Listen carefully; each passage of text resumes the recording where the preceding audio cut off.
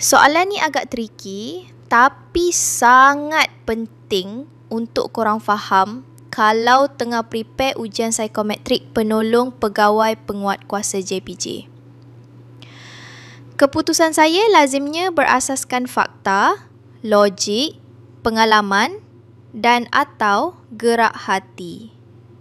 Masa baca je, korang mungkin fikir, okey baguslah.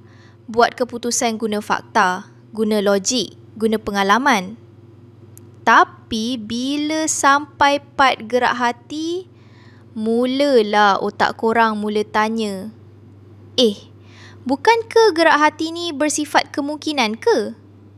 Mana boleh campur fakta dengan kemungkinan?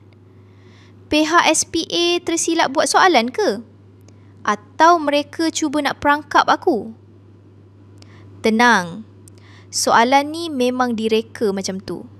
Sebab dia bukan nak test sama ada korang ikut logik ke ikut gerak hati.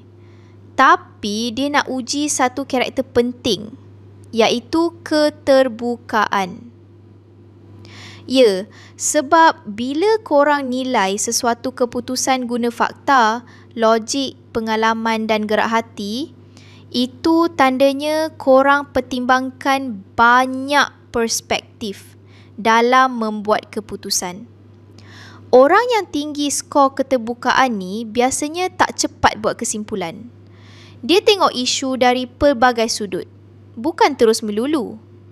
Kalau korang pilih setuju, itu petanda skor keterbukaan korang tinggi, mencerminkan karakter korang suka explore banyak kemungkinan sebelum buat keputusan.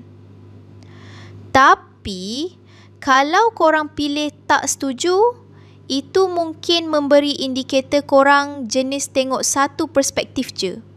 Mungkin ikut pengalaman je, atau hanya ikut gerak hati.